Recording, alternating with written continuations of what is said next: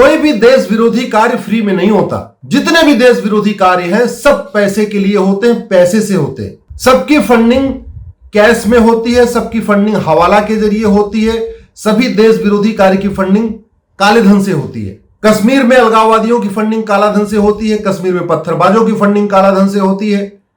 पूर्वोत्तर में नागालैंड, मिजोरम, मणिपुर, मेघालय में जो अलगाववाद चल रहा है उसकी फंडिंग काला धन से होती है।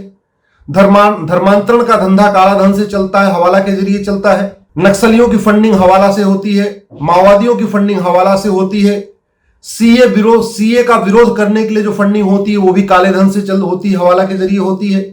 एनआरसी का जो विरोध होता है वो भी हवाला से होता है, उसकी फंडिंग। तो जितने भी देश विरोधी कार्य है सबकी फंडिंग हवाला के जरिए होती है। और जितने भी देश विरोधी हैं सबके पास काला धन है, सबके पास बेनामी संपत्ति है, सबके पास आय से अधिक संपत्ति है। सरकार केवल 50,000 रुपए से महंगी संपत्ति को आधार से लिंक कर दे, काला धन, बेनामी संपत्ति और आय से अधिक संपत्ति 100% सीज करने के लिए कानून बना दे। और कानून में यह रहे कि जिसके पास भी आय से अधिक संपत्ति मिलेगी, जिसके पास भी काला धन मिलेगा, जिसके पास बेनामी संपत्ति मिलेगी, उसको फांसी, और फांसी नहीं तो आजीवन कारावास दिया जाएगा। मैं गारंटी के साथ कहता हूं, ये देश में जितने भी खरपतवार हैं, जितने भी देश विरोधी हैं, जितने भी सीए विरोधी हैं, जितने एनआरसी विरोधी हैं, जितने यूनिफॉर्म सिविल कोड के विरोधी हैं, जितने भी धर्मांतरण माफिया हैं, जिसमें जितने भी जिहादी हैं, जितने भी ये सेकुलर नेता अभिनेता हैं, जितने भी ये पाखंडी जो आंदोलन जीवी हैं, ये सारे के सारे देश छोड़ के भाग जाएंगे। कोई दुबई भाग जाएगा, कोई लंदन भाग जाएगा, कोई कहीं कुवैत भाग जाएगा। भारत में कोई बचेगा नहीं। और माना कि चलिए कुछ हमारे समर्थक भी पकड़े जाएंगे, तो पकड़े जाए तो उन्होंने लूटा है तो उनको पकड़ना चाहिए, उसमें दो पैमाना थोड़ी होगा। अगर कोई भ्रष्टाचार करने के बाद बचने के लिए बीजेपी में आ गया है तो वो पकड़ा जाएगा, वो भी जेल में सड़े जाके, उसको भी आजीवन कारावास हो। लेकिन मैं आपको बहुत गारंटी के साथ कहता हूं, अगर हम काला धन हवाला समाप्त कर दें, 100 रुपए से बड़ी नोट बंद कर दें, 5,000 रुपए से महंगे सामान का कैश लेन देन बंद कर दें, 50,000 रुपए से महंगी संपत्ति को आधार से जोड़ दें, काला धन, बेनामी संपत्ति और आय से अधिक संपत्ति 100% सीज करने के लिए कानून बना दें, और जिसके पास भी आय से अधिक संपत्ति मिले, बेनामी संपत्ति, उसको हम आजीवन कारावास देने के लिए कानून बना दें। इस देश में आप जनसंख्या नियंत्रण कानून लागू करिए, बहुत अच्छी तरीके लागू हो जाएगा, एकदम 100% इफेक्टिवली लागू होगा, उसका कोई विरोध भी नहीं करेगा।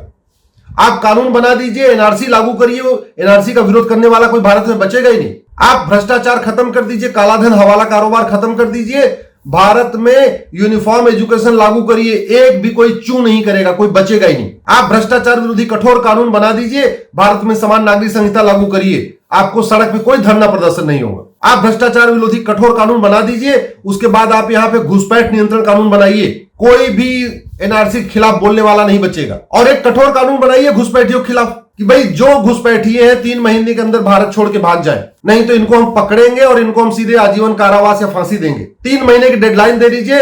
80% घुसपैठिए खुद ही अपना सामान लेके यहां से, जो बांग्लादेशी बांग्लादेश भाग जाएंगे, जो रोहिंग्या में म्यांमार भाग जाएंगे, भारत में नहीं रहेंगे, क्योंकि उनको पता है कि अब कानून बन गया है, हमको आजीवन कारावास या फांसी हो जाएगी। और कानून बनाना सरकार का कार्य है। हम सरकार में हैं, हमारी ड्यूटी अब यह है कि हम हर चीज के लिए बढ़िया कानून बनाएं।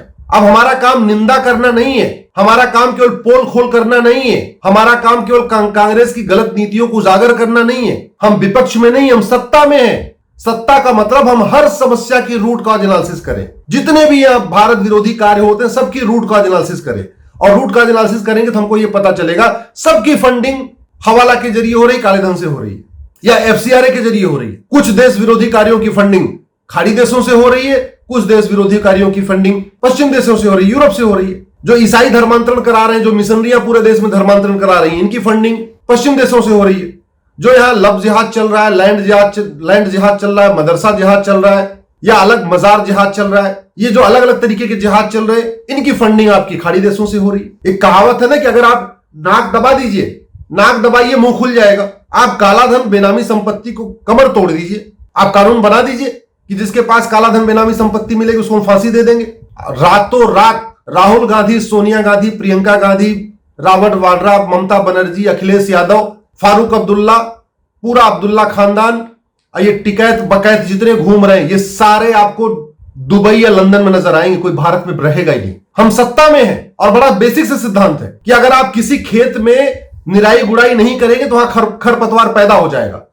ये जितने भी खरपतवार पैदा हो गए इस समय भारत में, इनकी निराई गुड़ाई करना हमारा काम है, सत्ता का काम है। इनके लिए ऐसे कानून बनाना कि ये डर के मारे भाग जाए। जो परमाणु बम बनाया जाता है वो चलाने के लिए थोड़ी चलाया जाता, किसी के ऊपर चलाया नहीं जाता, बस परमाणु बम बना के रखा जाता है कि हमारे पास परमाणु बम है। आप किसी को फांसी दीजिए चाहे मत दीजिए, बस कानून बनाइए, जिसके पास काला धन बेनामी संपत्ति मिलेगी वो 100% सीज करेंगे और हम आजीवन कारावास या फांसी देंगे। जितने भी बैठे हुए यहां पे सीए विरोधी, एनआरसी विरोधी, यूनिफॉर्म सिविल कोड विरोधी, घुसपैठ के समर्थक या जनसंख्या विस्फोट के समर्थक, ये सारे आपको देश छोड़ के न भाग जाएं, मैं आजीवन मुंह नहीं दिखाऊंगा, बस काम करना पड़ेगा। चलो 1000-2000 बीजेपी के सपोर्टर भी जेल में जाएंगे तो जाए, लेकिन अगर हमने काला धन समाप्त कर दिया, हमने बेनामी संपत्ति सब खत्म कर दिया, हमने कठोर कानून बना दिया आजीवन कारावास देने के लिए, मैं गारंटी के साथ कहता हूं न सपा बचेगी, न बसपा बचेगी, न टीएमसी बचेगी, न आरजेडी बचेगी, न यहां डीएमके बचेगा। देश में केवल एक पॉलिटिकल पार्टी बचेगी, वो है बीजेपी। भ्रष्टाचार खत्म करने के बाद केवल भारत में बीजेपी बचेगी, क्योंकि बीजेपी ईमानदारी के पैसे से सरवाइव कर सकती है। बीजेपी के पास इतना बड़ा कैडर है कि देश भर में अगर जाके 100-100 रुपए इकट्ठा करेंगे तब भी आरएसएस भी सरवाइव कर लेगा, बीजेपी भी सरवाइव कर लेगी। लेकिन जितने ये Sapa, Basapa, TMC, DMK, RJD, RLD हैं, दुनिया भर की पॉलिटिकल पार्टियां बनी हैं, ये खत्म हो जाएंगी, देखते देखते खत्म हो जाएंगी। और जब ये पॉलिटिकल पार्टी खत्म हो गई, ये सारे पॉलिटिकल नेता खत्म हो गए, देश से भाग गए, उसके बाद अब कोई भी कानून बनाओ, विरोध करने के लिए कोई बचेगा ही नहीं। आप लागू करो यूनिफॉर्म सिविल कोड, कोई चू नहीं करेगा। आप लागू करो एनआरसी, पूरे देश में कोई चू नहीं करेगा।